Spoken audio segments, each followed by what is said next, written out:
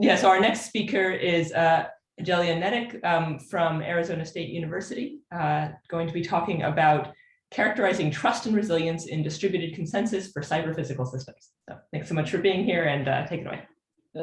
Thank you, Mary. It really connects well with the prior talk, with Arya's talk on Byzantine behavior. So we are going to look at, let me just make sure that, okay, it works, perfect. Sometimes I have problem with moving here. In general, basically, I'm thinking because we are kind of working with this related problem to Byzantine attack, but I'm looking at a consensus problem as a basic underlying model that is actually perhaps going to be employed in these future cyber-physical systems that are kind of a concept that will enter this future digital universe that we will be living in. And the basic underlying question that we're going to really look down is that consider consensus problem or agreement problem. So where we're going to allow some agents to be non-cooperative or even malicious. And okay, so I'm going to just briefly go over a couple slides to review the basic agreement problem or consensus, which is basically a problem where you have a system of M agents and they are connected over some network. They can communicate locally with each other. And then in this system, there is no central entity that will coordinate. So what they want to do is they want to compute some value that they're going to agree on.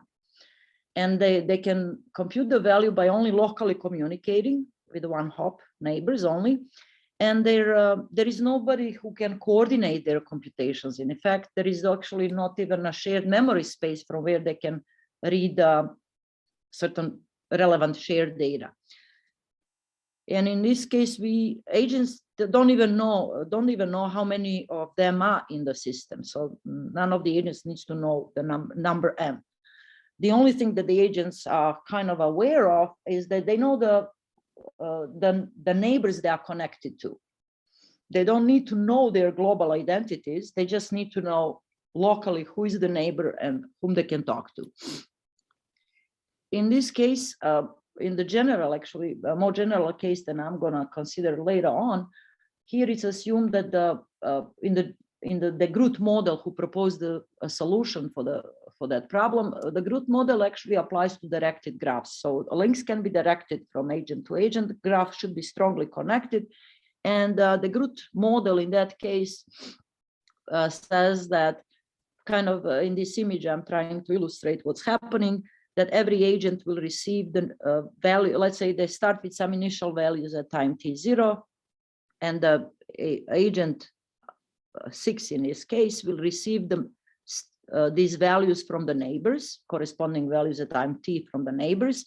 And at the same time, when the communication occurs, its agent is also sending all of his values or her values,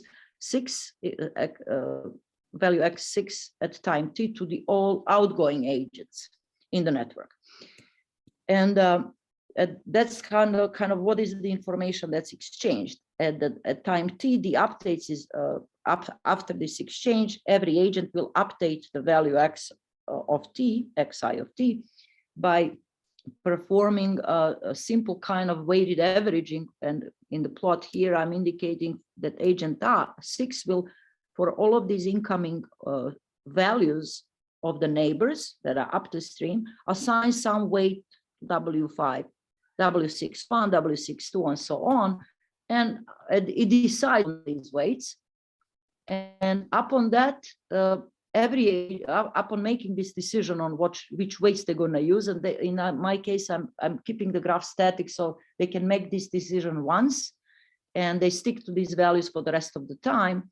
And then at time t, they're updating by just mixing, doing basically convex combinations, using these weights to kind of weight the value xj of t received from the agent, neighbor j, and basically these weights add up to 1. So they are positive and they add up to 1.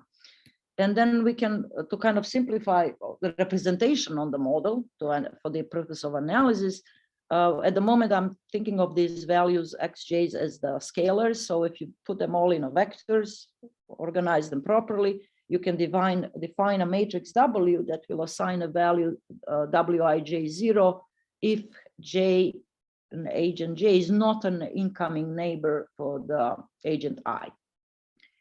And by looking at this as vectors, we basically said the evolution of the system becomes really linear in time, where the W is now, in this case, row stochastic matrix. It has all the entries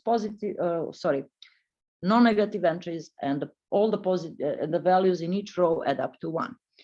So the evolution is now kind of easy to see how the system, how the states, let's call these x, vector x as a state, how it evolves in time. It's really simple, and the behavior of these vectors, limiting behavior, will exist as long as this W matrix to the power t actually converges. And in this case, it converges to 0, not to 0, but because it's a rank 1 matrix, it will have,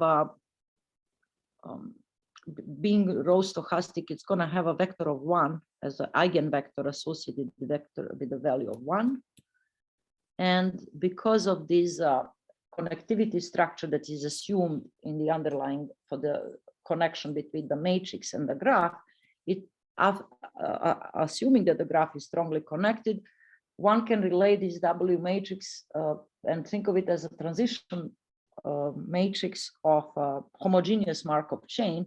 And then the theory from Markov chain will allow us to conclude that there exists these matrices, powers of the matrices W converge to the rank 1 matrix, where every row of this matrix contains just one and the same vector pi, which is the steady state distribution of the chain.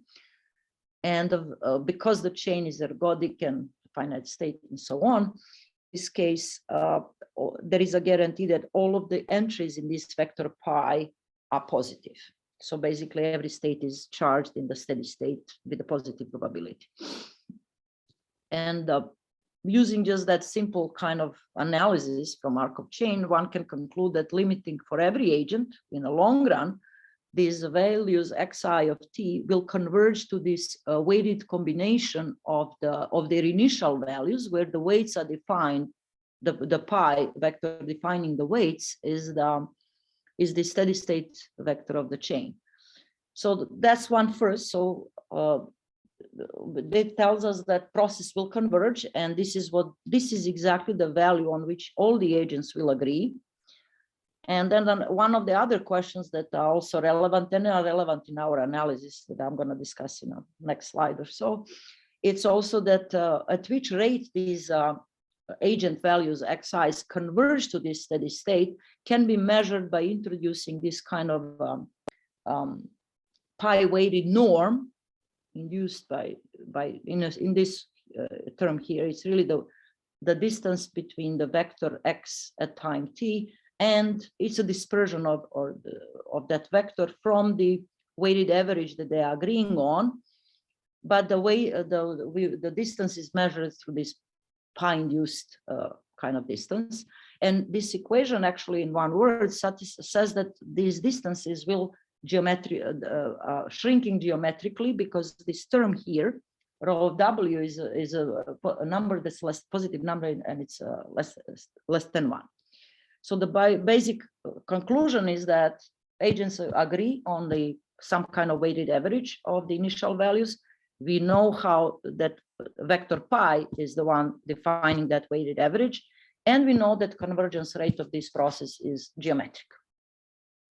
One critical assumption in this process is that every agent is honest, and not just honest in reporting their own values when they're exchanging the information, but they're also abiding by this rule of how to update. So they're kind of following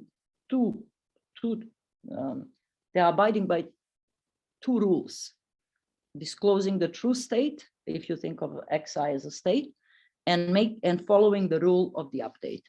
Now, the interesting case happens is what's going to happen to this process if some of the agents are just, we call them untrustworthy, but what it means is that they may choose not to tell you the truth. They can decide to send you any value they want, or they may just decide to design their own rule by which they're going to behave. Some situations kind of like that exist when you think of them as agents being maybe stubborn. They just repeatedly send you their value and they don't want to do anything else. So we're looking around in the existing literature before this work that we did with Michal at Princeton and Andrea at Princeton and Stephanie at Harvard, which I should have said right away in the beginning, but I just got it taken away, I guess. So the prior approaches, roughly, I would kind of put them in two groups. First one is saying preserve consensus, which means trust everyone. But in this case, one has to kind of add some assumptions into how these agents are connected in order to preserve the consensus.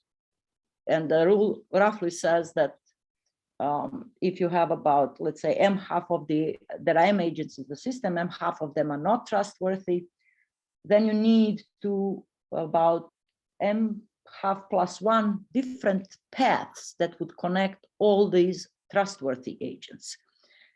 And meaning every legitimate agent or trustworthy agent should be connected to any other trustworthy agent by at least m half plus 1 different paths.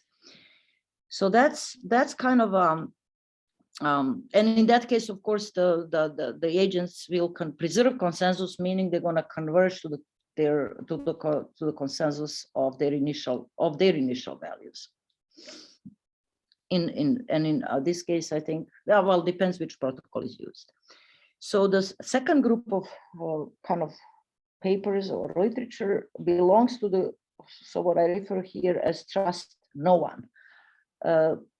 They go under the name of robust consensus, and what is the main idea there is basically, regardless whether you are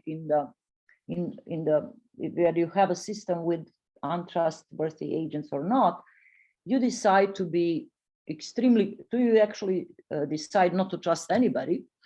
So when you're receiving values from your neighbors, similar to the actually prior talk, we would consider the certain number of those values that are, let's say, at the maximum distance from the value we have, and from above and below, and then every agent will throw away these values, pretty much ignoring those neighbors, and just in the mixing process uses the remaining values that are kind of closer to the value he has. And that kind of work, the results, I mean, that kind of approach would lead to reaching a consensus, but it's very hard to say what consensus value is. And the most one can say in that case is just say that consensus will be reached somewhere in the region that is contained in the convex hull of the initial values of the agents. And so these two approaches, if you think of them, trust no one and trust everyone, are kind of at two extremes. So Angelia, I have a quick question, if Mary yes, allows it. Absolutely. So in the robust and the trust no one, do you assume that if someone is a bad agent, they're untrustworthy, he sticks to the same value, and if it's wrong, or he can keep changing? Because if every iteration he keeps changing his value, you still reach consensus?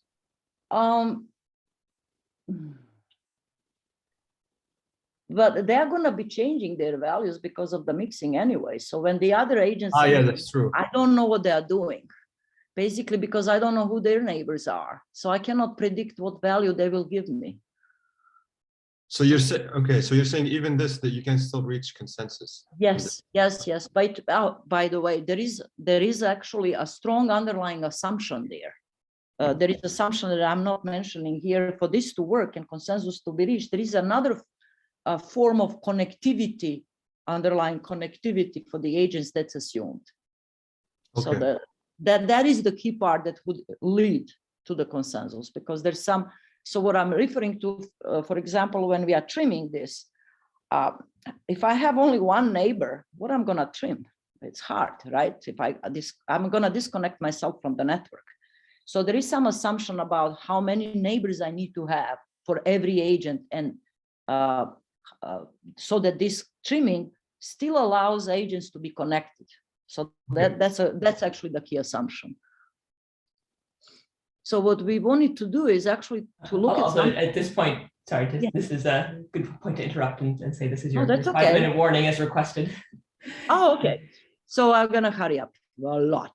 So what we're going to consider something that's kind of in the middle of the two, because what we want to do is allow agents to actually learn over time whom to trust and not to trust, not to come up with any predefined concepts, but basically collect some additional information from the communications and over time decide how they're going to do it. So what we are doing here, we're going to basically follow the same protocol of mixing, except I'm going to assume now the graph is static, undirected, and the agent here now may choose to use time varying weights, which means at any or over time, it may give value 0 to its neighbors, depending on how much the neighbors can be trusted. And to model the situation, I'm gonna, one critical element we have in this is that over time, when agents communicate, with every exchange of their XJs, there is another signal, which for every link. So for agent L, legitimate agent will have a signal at time T, which could be considered as, it's really a random realization saying how much I can trust this agent at this given time. And if these processes alpha on the links are IID, then we can prove nice results about the behavior. In the paper we assume that these values, if they're above 1/2, that is indication that the agent J neighbor can be trusted. If it's below 1/2, that it's more likely not to be trusted. And the accumulation of these values over time, or subtracting from 1/2, are good indicators of who's trustable and who's not. And then the model, the weights, am I going in the right direction? Not sure. Yeah. So using those betas, we can define the weights. And here is a simple plot that shows that these beta will accumulate if they are correct, if the signals are correctly identifying trustworthy. These weights will have tendency to converge to some value that depends, let's say on the, it's meaning we can see at the paper, but it's certain value that we defined that is based on the degree of the neighbors and something mimics metropolis weights with a slight clip.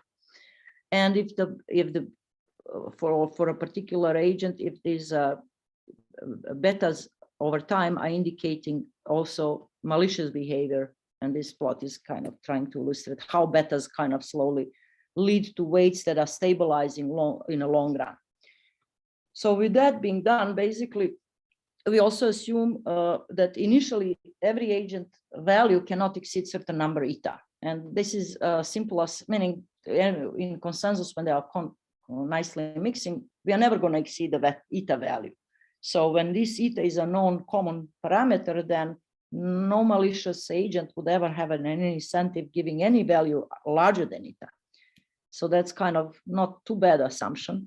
We allow agents also to kind of have additional time, which is a parameter for the method, that they can T0, which can be time they want to spend only learning, and then consensus starts at time T0 and onward.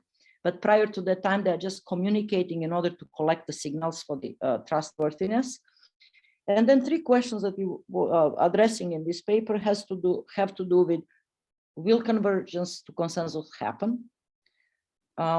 what if it does happen, what's the deviation of that achieved consensus value from the true consensus that would have been achieved if the legitimate agents had never been in contact with any of these malicious neighbors.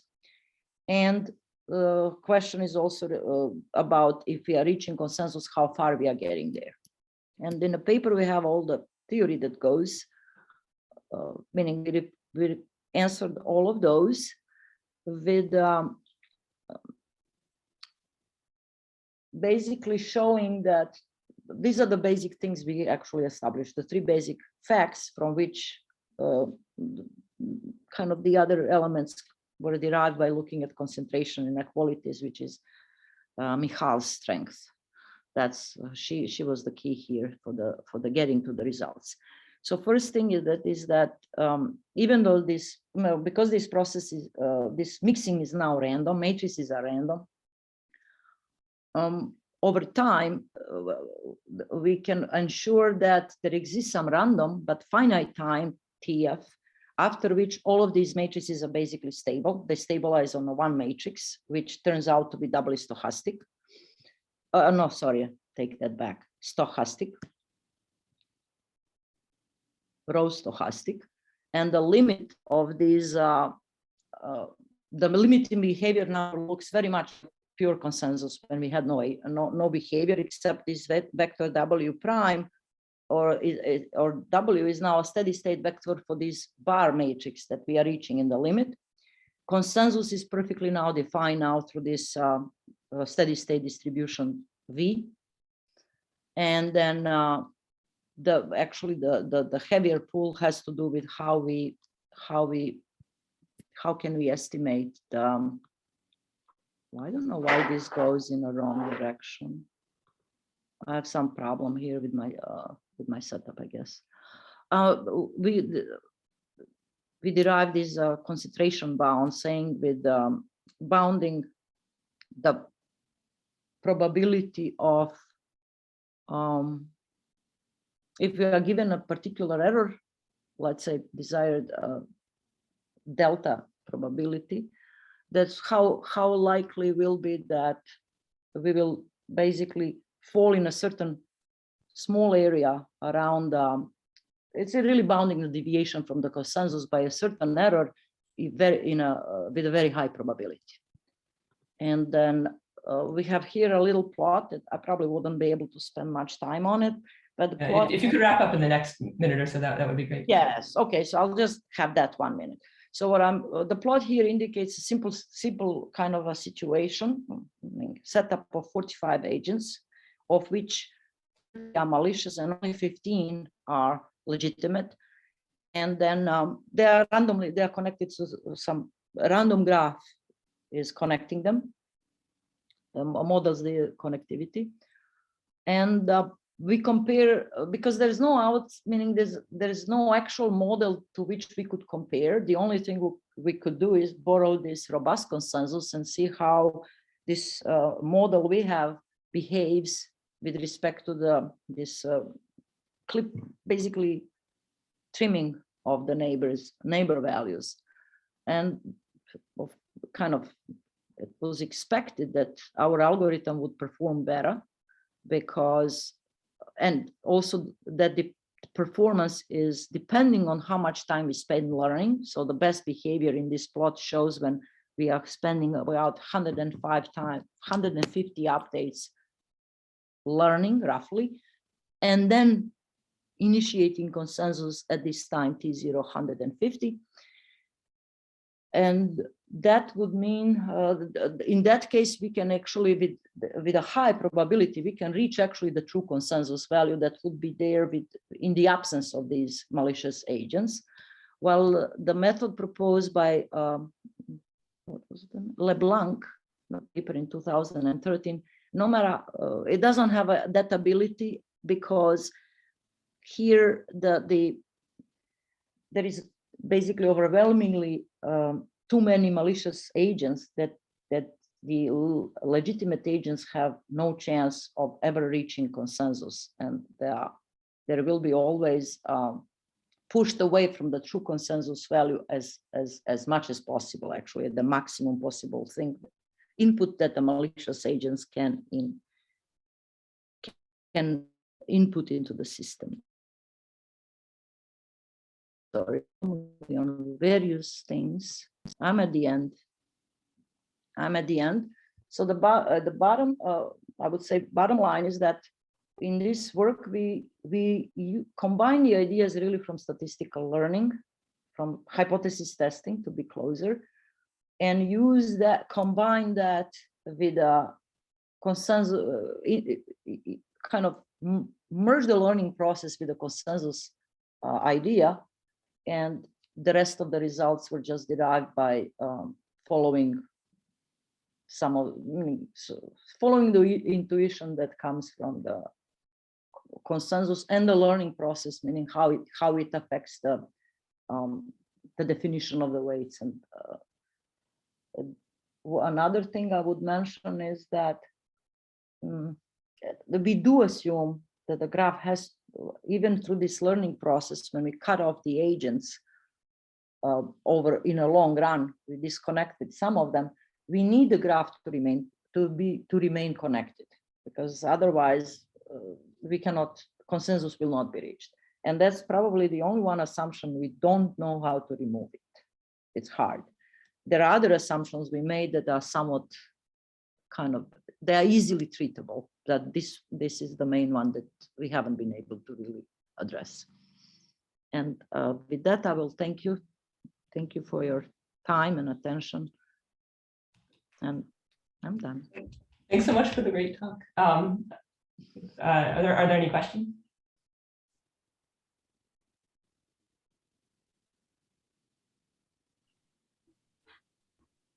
Okay, if there are no questions, let's thank Angelia again. I guess I'm the only one unmuted, but my applause will imagine multiplied by many.